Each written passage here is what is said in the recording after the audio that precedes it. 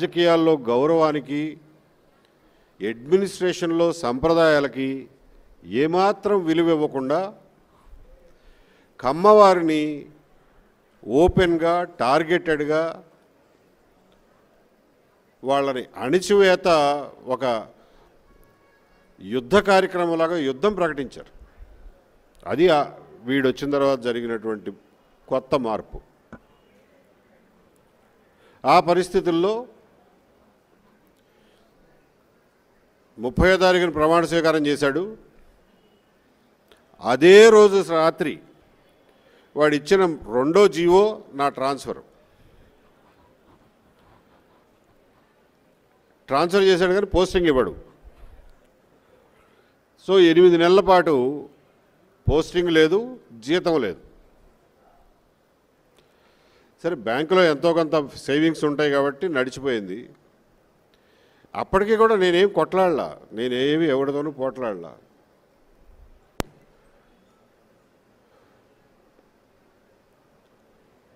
అజయ్ కల్లాం దగ్గరికి 2-3 సార్లు పోయి, ఏమంటే పోస్టింగ్ ఇవ్వకపోయారు, బాగానే ఉంది, మరి జీతం కూడా ఇవ్వకపోతే ఎట్లా బతుకుతామా, మేమేమి అంత ఆస్తులు ఉన్న వాళ్ళం ఏం కాదు, అదిగాక రోజువారీ ఖర్చులు జీతాలు వస్తే కానీ నడవు అని చెప్పంటే ఆయన కూడా ఒక కాగితం పెట్టండి చూద్దాం అన్నాడు. కాగితం పెడితే గవర్నమెంట్ ఫైల్ కదులుతుంది, ఏ కాగితం లేకపోతే ఎవడు చెప్పినా ఎవడు వినడు, నోటి మాట ద్వారా చెప్తే అన్నాడు. ఆయన చెప్పాడు కదా అని చెప్పి జనవరి 6వ తారీఖున 2020 సంవత్సరం జనవరి 6వ తారీఖున, బాబు నాకు పోస్టింగ్ ఇవ్వండి, ఇవ్వకపోతే కనీసం జీతం అన్న ఇవ్వండి అని చెప్పి ఒక లెటర్ పెట్టా, ఒక్క పారాగ్రాఫ్తో 4 వాక్యాల్లో. ఏమి స్పందన లేదు. సరేలే, కొత్త సంవత్సరం పండుగలో ఉన్నారో తర్వాత సంక్రాంతి గొడవల్లో ఉన్నారో అని ఒక 20 రోజులు ఆగి మళ్ళా 28వ తారీఖున మళ్ళీ ఒక రిమైండర్ పెట్టా. అంతవరకే, నేనేమి కొట్లాడలా ఎవరితోనూ. వారం రోజులు తిరగకుండా సస్పెన్షన్ ఆర్డర్ చేతిలో పెట్టారు. అంటే ఏంటన్నమాట, వాళ్ళ ఉద్దేశం ఏంటంటే, నమస్తే, నోరు మంచిదైతే ఊరు మంచిదవుతుంది అని అంటారు. ఇది చాలా పాత సామెత.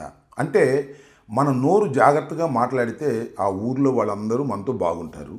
మనం నోరు సరిగా లేకపోతే దూషణ భూషణలు చేసినా, హద్దులు మీరినా ఆ ఊర్లో వాళ్ళందరూ కలిసి మనకు శాస్తి చేస్తారు అనేది దాని అర్థం. అంటే ఏ రంగంలో ఉన్నా, అది ఉద్యోగ రంగం కానివ్వండి, వ్యాపార రంగం కానివ్వండి, ముఖ్యంగా రాజకీయ రంగంలో కానివ్వండి, ఎవరైనా సరే దూషణ భూషణలు తగ్గించి లాజికల్గా మాట్లాడితే వారిని గౌరవిస్తారు. లేదు, హద్దులు మీరి మాట్లాడారనుకోండి, ఆ రోజుకేదో బాగుండొచ్చు, కానీ తర్వాత అయినా సుదీర్ఘకాలంలో అయినా సరే దానికి తప్పనిసరిగా మూల్యం చెల్లించక తప్పదు అనేది చరిత్ర చెబుతున్నటువంటి సత్యం. నేనో మీరో కాదు, అనుభవం ఉంటే ఎవరికైనా అర్థమవుతుంది. ఎందుకు ఈ విషయాలు నేను చెబుతున్నానంటే, ఈ మధ్యకాలంలో రాజకీయాల్లో కానీ మరొక చోట కానీ దూషణ భూషణలు పెరిగిపోయి హద్దులు దాటి మాట్లాడుతున్నారు. అది ఎవరైనా కావచ్చు, అది తెలుగుదేశం కావచ్చు, వైఎస్ఆర్సీపీ కావచ్చు, బీఆర్ఎస్ కావచ్చు, కాంగ్రెస్ పార్టీ కావచ్చు, బీజేపీ కావచ్చు. ఎవ్వరు హద్దు మీరి మాట్లాడినా అది చాలా ప్రమాదానికి దారితీస్తుందనేది ఒక నిజమైనటువంటి విషయం. నేను ఎందుకు ఈ ప్రస్తావన చేస్తున్నానంటే, ఈ మధ్యకాలంలో ఒక retired IPS officer AB Venkateswararao గారు చాలా హద్దులు మీరి మాట్లాడుతున్నారు. ఎంత ఘోరంగా ఆ ముఖ్యమంత్రి సీట్లో కూర్చున్న వారిని వెధవని, సన్నాసని, వాడని, వీడని మాట్లాడడం, that A IPS officer. IPS officer అంటే ఇది not a small issue. IPS officer అంటే ఎంతో కష్టపడి పైకొచ్చి ఐపీఎస్ చేసేటటువంటి అవకాశం భగవంతుడు మీకు ఇస్తాడు. మీరు 1959 బ్యాచ్కి చెందినటువంటి సీనియర్ మోస్ట్ ఐపీఎస్ ఆఫీసర్. మీరు అనేకమైన పదవులు నిర్వహించారు, బాధ్యతలు నిర్వహించారు. ముఖ్యంగా చంద్రబాబు నాయుడు గారు అధికారంలో ఉన్నటువంటి 5 సంవత్సరాలు 2014 నుంచి 2019 వరకు మీరు ఇంటెలిజెన్స్ చీఫ్గా పనిచేశారు. మీ ఇంటెలిజెన్స్ చీఫ్గా పనిచేసినప్పుడు మీ బిహేవియర్ ఏంటో మీకు అర్థం కాకపోవచ్చు. ఎవరినైనా అడిగి తెలుసుకోండి.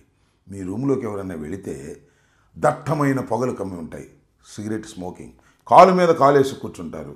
మంత్రులైనా ఎమ్మెల్యేలైనా లెక్కలేనట్టుగా మాట్లాడారు. ఇది నేను చెప్పినటువంటి విషయం కాదు, నేను చూసినటువంటి విషయం కూడా కాదు.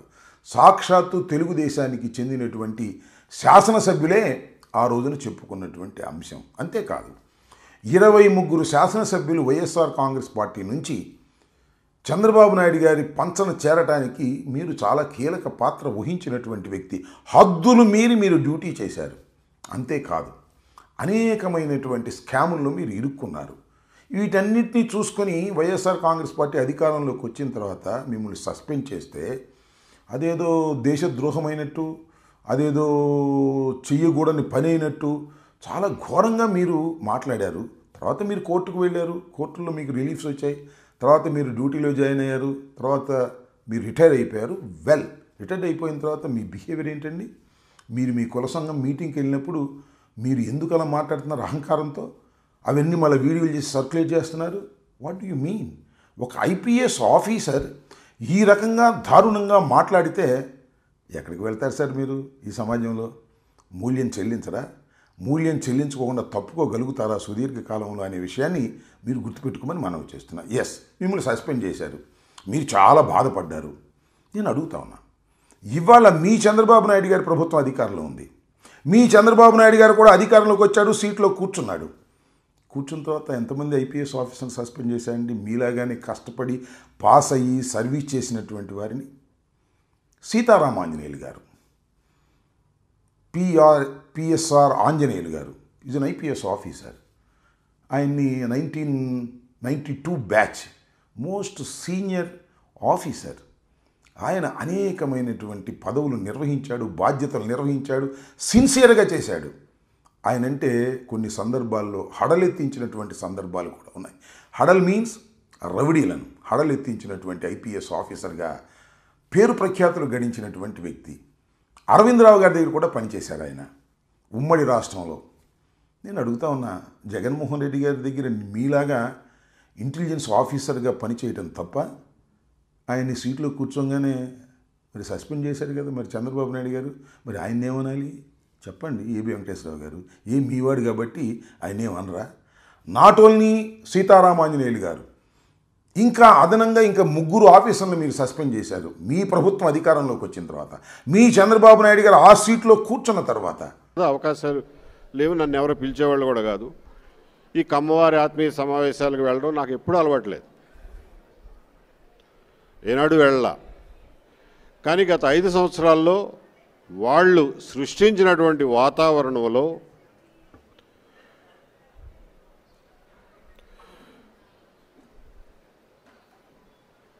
ప్రతి కమ్మవాడు భయపడి డిఫెన్స్లో ఉండిపోయి ఆత్మరక్షణలో ఉండే పరిస్థితుల్ని కలుగు చేసినటువంటి ఆ వాతావరణంలో కమ్మవారికి ధైర్యం చెప్పాల్సినటువంటి అవసరం నాకు కనపడింది. ఏం భయపడకండి, ఇది వచ్చిపోయే మేఘాలే తప్ప ఇది పర్మనెంట్ కాదు, నిలబడి ఉండండి, ఫైట్ చేయండి చేతనైనంత వరకు, దీన్ని మనం తట్టుకోగలం, దీన్ని అధిగమించగలం అనే ధైర్యం చెప్పాల్సిన అవసరం నాకు ఒక సాటి కమ్మాడిగా, ఒక సాటి మనిషిగా నాకు అవసరం అనిపించింది. నేను కమ్మాడిని కాకపోయినా కానీ కమ్మవారి మీటింగ్కి వచ్చి మా మాటలు మాట్లాడేవాడిని అని నా మనసుకు నాకు తెలుసు. ఏ రకంగా అయితే ఆ రోజున ఉన్నటువంటి ప్రభుత్వం, పాలకులు